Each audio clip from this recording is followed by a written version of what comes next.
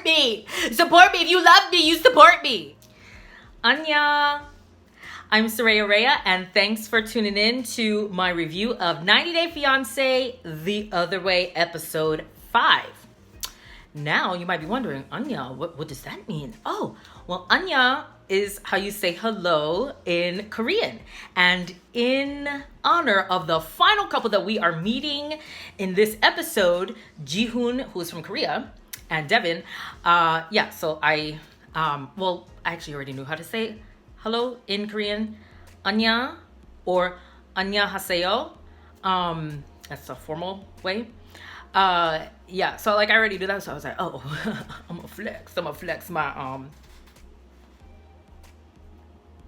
my language skills in honor of them. But here's the thing. So we're gonna come back to them. I'm not gonna start with Ji-hoon and Deavan's train wreck of a story. Let me just say this: who's not in this episode? Paul Carini and Aladdin and Laura, I believe her name is. They are not in this episode, but everyone else is. So we start out with Tiffany and Ronald. Ronald. Don't you guys think, doesn't she kind of say his name kind of stretched? Ronald. Like a little sing-songy. Ronald. Is it just me? All right. Anyway, so. All right. After watching this episode, I felt the same way. 90 Day this week is just stressing me out. I'm getting to the point where I'm like, okay, can I keep watching this stuff? I have to. My mom makes jokes about losing brain cells, and this is one of those shows that sometimes I'm like, am I damaging myself? Stress watching these people make these life choices. Tiffany and Ronald. So, and in celebration of Tiffany and Ronald, my South African bracelet. Cousin got it for me. So, Tiffany and her son Daniel have arrived in South Africa. And let me just say this. I don't really want to talk about the 90 Day kids because I just, especially, certainly under 18, certainly under 16, incredibly once they're 12 and under. Really, really not having, to me, a true say and understanding of what they are exposed to. I'm just uncomfortable with it. Obviously, children are part of the storyline, so I'm not going to ignore them completely, but I just don't want to give them too much time, Anyway, but Daniel is a natural in front of the camera. He really is sweet. He's natural. He's just bubbly, outgoing, articulate, and he's sweet. He expresses himself really well. It's really cute to see him. I will say that. So, Tiffany starts off by saying, I know it sounds crazy what I'm about to do. Marry an addict or former addict. I can't remember how she described him exactly. Days after getting out of a wellness center and knowing that there's a possibility for relapse. And I'm moving, halfway across the world to this new country. She's like, I know it sounds crazy, but the love is real between them, and it would be a waste to walk away, or to throw it away, to just throw it away. Again, these statements that I realize people say in order to justify their crazy, risky decisions that they're making. Anyway, well, that being said, she still talks about moving to South Africa as only being a possibility, although she's getting married to him. And I don't know if she's saying it that way because she's still holding out hope that Ronald will get the visa to be able to come to America. Maybe that's why she keeps saying maybe South Africa, maybe. But to me, the riskiest thing is that you are, before knowing whether or not he is, how he's going to be and whether he's going to relapse or not, or, is he going to be stable? You've chosen to marry him already, and you are already living there. Didn't say that this was just a 2-week trip to get married and then come back to America. Anyway, well, Ronald's mom picks up Daniel and Tiffany at the airport because obviously Ronald is still in the wellness center. And I mean, I also wonder if he is legal to drive, you know, being that, I mean, he's had so many different charges, and I'm pretty sure at least one of them was a DUI. Yeah, and I just wonder, what level of independence does Ronald even have? Forget the fact that he's getting married 8 days after coming out of rehab. Well, moving on, Ronald's mom and Tiffany are apparently pretty close. They have bonded because, you know, they have, you know, a joint love for Ronald and his well-being. So together they have kind of joined forces to support each other, but also to support Ronald. And, you know, I guess that his mom is probably happy that he has met a really nice and stable, you know, young woman to help him along, I assume. Anyway, when she came to pick up from the airport, like at one point she starts, I'm assuming she's speaking Afrikaans or something to Daniel, and like he just kind of looks at her. I'm like, why are you doing that? That just made me roll my eyes for a whole bunch of other reasons, you know.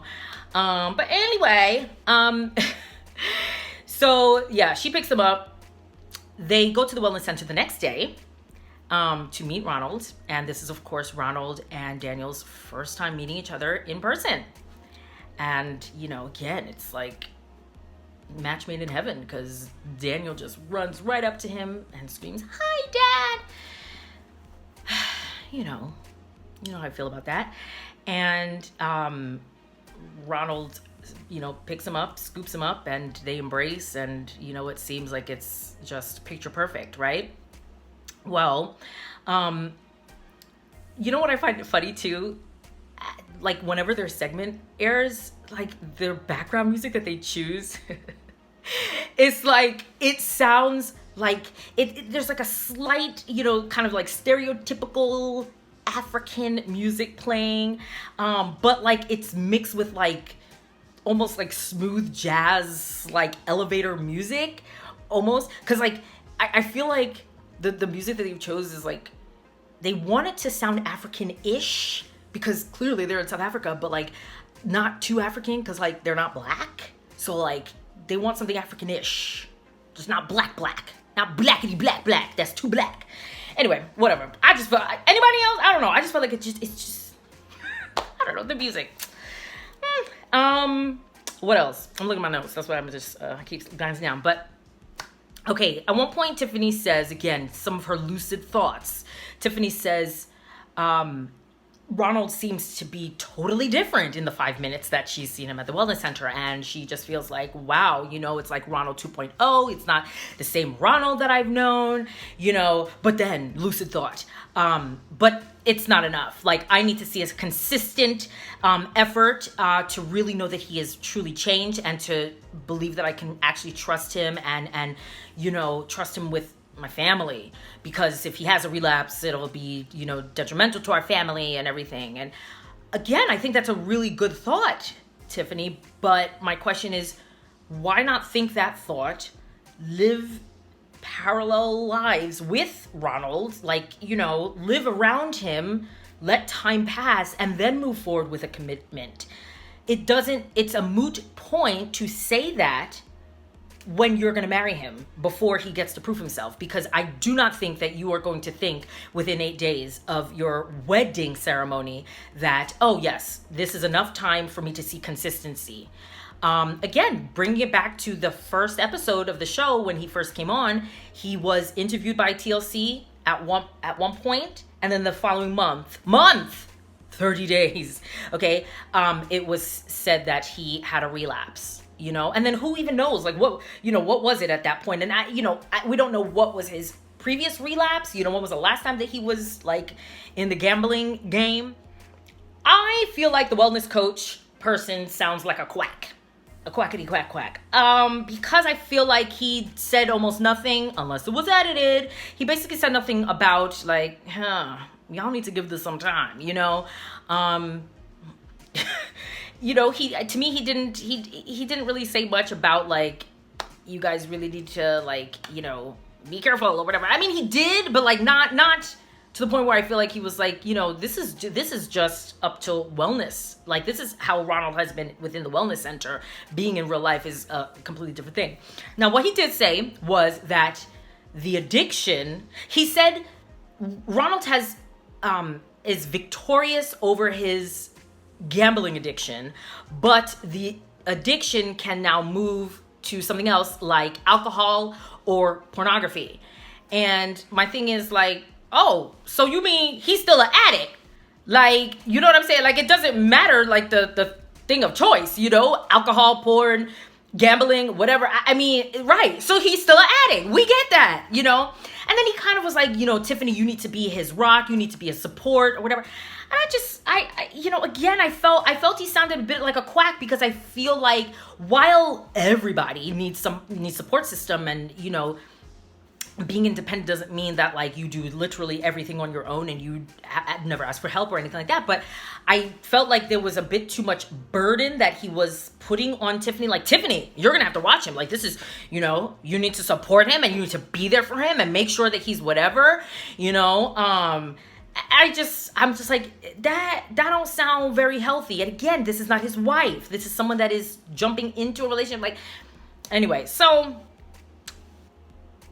I'm concerned. Anyway, that's the end of their segment. Now, moving on to Corey and Evelyn. I feel like they've assigned Evelyn the role to be like biatch, essentially. I feel like, either they assigned that role to her or that's how she really is.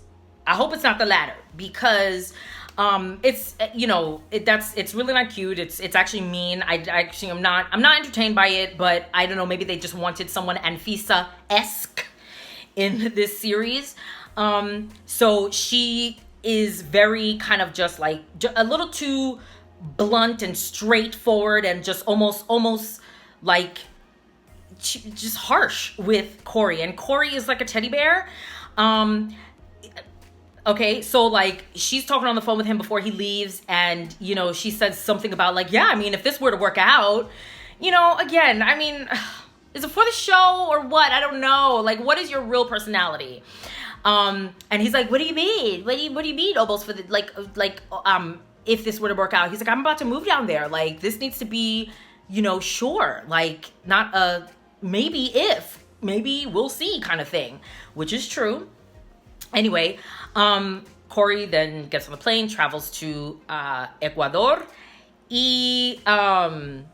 What happened? So then he gets to the airport and he calls Evelyn, and she's not there, or he's looking out for her. He doesn't see her, and he's like, where are you? And first of all, she picks up the phone like it was another day, like, hello? Hey, oh, you're here? And she doesn't give an explanation. Again, what was edited versus whatever, I don't know. And she's like, oh, but you could just take the bus, and he's like, what? And she's like, no, you can be a big man, like be a big man and take the bus. It's fine. And then he like practically is like voice quivering and like, like, it's dangerous. I've heard people, have gotten stuff stolen, and but I don't know how to figure it out. And, look, first of all, I'm coming to your country, and like, I'm like coming like to live and be there. And even if I was just coming for a visit, please pick me up. Please pick me up. I'm sorry. Like, I don't care. If I'm going to, only if there was something like you're a student, you're in school or whatever, something like schedule-wise that could not be changed. And I'm traveling to like a major city that I can feel comfortable with, like DC or, Chicago, Philly, LA. So I'm like, well, maybe not. I don't know. Actually, I'm really only comfortable in New York, figuring things out like that. No, I can figure things out in other cities like Philly and DC, which I have lived in. But anyway, but I'm like, what? I'm gonna come to another country. No, pick me up, or at least send a car, send somebody. No, okay? That is not cool. That is not cute. Be a big man. No, nothing. No, pick me up. And, yeah, but so Corey's about to cry. you know. And but then I thought, I was like, I mean, I don't know, is this a kind of woman that chooses this kind of guy? I mean, it's like she's calling him to act alpha male-ish, but he is no alpha male. Okay, he is a teddy bear. He is practically docile. Okay, so I don't know, that kind of girl who kind of acts a bit just pushy and, you know, controlling, and so you can push you around, make you do stuff, whatever. Maybe that's how that works. Maybe that's what it is. You know, so I guess if you like the teddy bear, so you can yell at him and like and push him around and just like treat him any kind of way, and he just keeps like me doggy paddling right back to you. You know, maybe that's what it is. I don't know, but it wasn't cute. One thing that Corey said that I was like, wait, what? Please expand, but he didn't. He said that he plans to ask her to marry him. We knew that, but he was nervous because he had.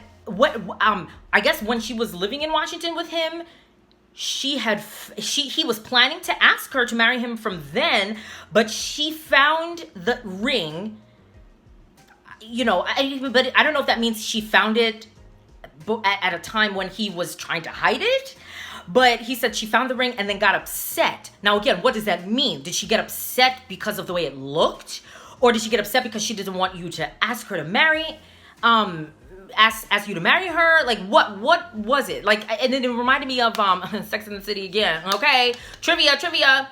Who found a ring? We forget the season. Who found a ring, and who was she dating, and when she got upset when she found that ring, and what was her response? Was she happy? Or was she like not? Put it in the comments. I'm about to give you the answer in like 2 seconds anyway. But comments. Let me see. Okay. Well, anyway, it was Carrie, when she was dating Aiden. And what happened? Homegirl went and threw up.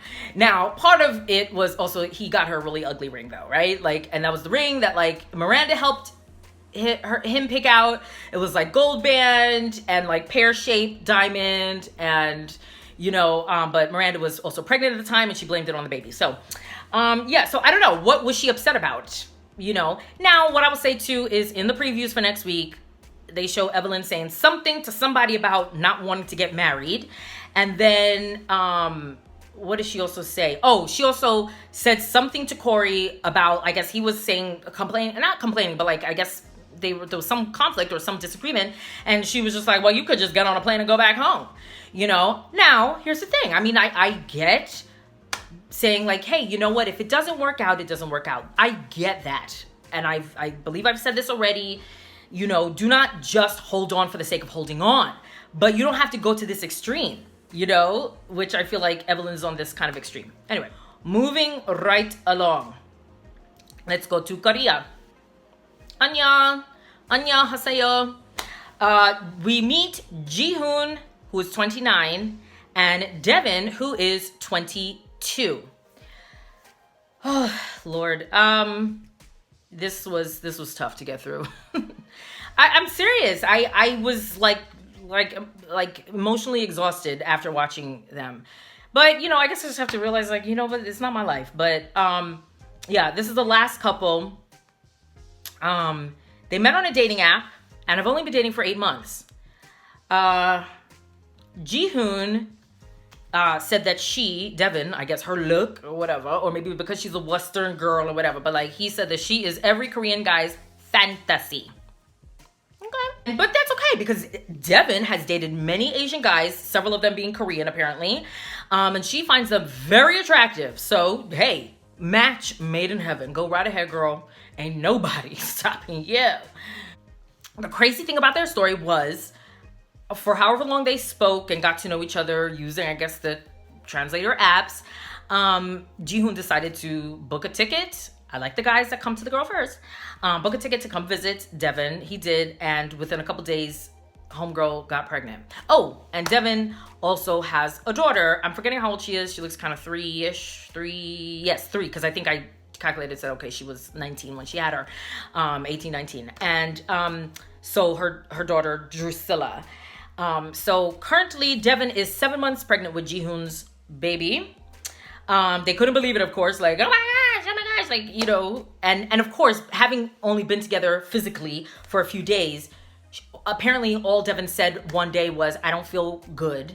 And Ji-hoon somehow had the male intuition to be like, take a pregnancy test, and then it came out positive. So, you know, again, shocked. Should we talk about this now? People, again, you can be shocked if you have used proper contraception and used the contraception well and properly. If you did not, what are you shocked at? At one point, Ji-hoon is in Korea talking to his parents, and like, I think his dad even said, I was surprised that she got pregnant so quickly. Sweetie, I mean, I do believe I got a good education where I went to school. Mind you, they didn't teach us anything about Black history or American history that includes Black people. But, you know, like, there's one thing I learned, like, when we started learning the reproductive system, I guess was in life science during 7th grade, but certainly during biology in 10th grade. I was very aware of, now mind you, I had known things before, but it's one time, people. There's not multiple times. Yes, there are people who have infertility problems, or, you know, if there's no egg in the fallopian tube, then yeah, if the sperm come up, then they will find nothing. But people, it's just, I mean, but the fact is, if a sperm is able to get up the vaginal canal into the uterus and into the fallopian tubes, and, you know, sometimes even the ovary might be stimulated if it wasn't the time for the egg to be ripened and harvested and shot out. It's like them sperm can live up there for a couple days, swimming around. First of all, let me tell you, watch Life's Greatest Miracle. YouTube it's probably, I'm sure it's still on YouTube. I love that documentary. It is from the early 90s, I believe, but it is such a cool documentary. It shows just honestly how much of a miracle and how beautiful life is. I mean, it really is gorgeous. I mean, gorgeous. It's beautiful to the point where I loved one of the things that they talk about is that sometimes we think like, oh, it's the sperm that's strongest to pierce through the, you know, egg membrane, and that's the one that gets to fertilize the egg. But actually, it's about the fact that the sperm that gets to fertilize the egg is the sperm whose proteins on the outside match the proteins of the egg, you know. And it's, to me, when I saw that, it showed me that, like, oh, it's like what's meant to be will be, you know. Who gets fertilized? The fertilize, like the choice, it's not random. It's like, it's such a choice. It's beautiful. Anyway, what I'm trying to say, y'all, is our bodies are meant to function this way. This is how it works, you know?